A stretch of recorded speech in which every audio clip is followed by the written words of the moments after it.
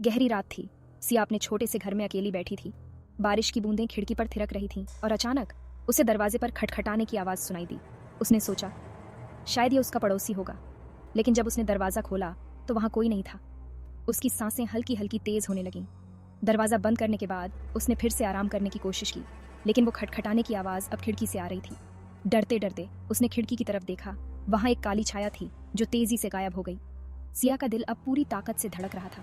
वह अपने फ़ोन की तरफ बढ़ी, लेकिन उसकी बैटरी खत्म हो चुकी थी। तभी लाइट चली गई। अंधेरे में सिया को एक हल्की सी आवाज़ सुनाई दी, जैसे कोई उसके नाम से पुकार रहा हो। सिया। वह पलटी और देखा कि दरवाज़ा खुद ब खुद खुल रहा था। अंधेरे में एक साया खड़ा था। उसके चेहरे पर एक डरावनी मुस्कान थी। मैं तुम्हें ढूंढ रहा था।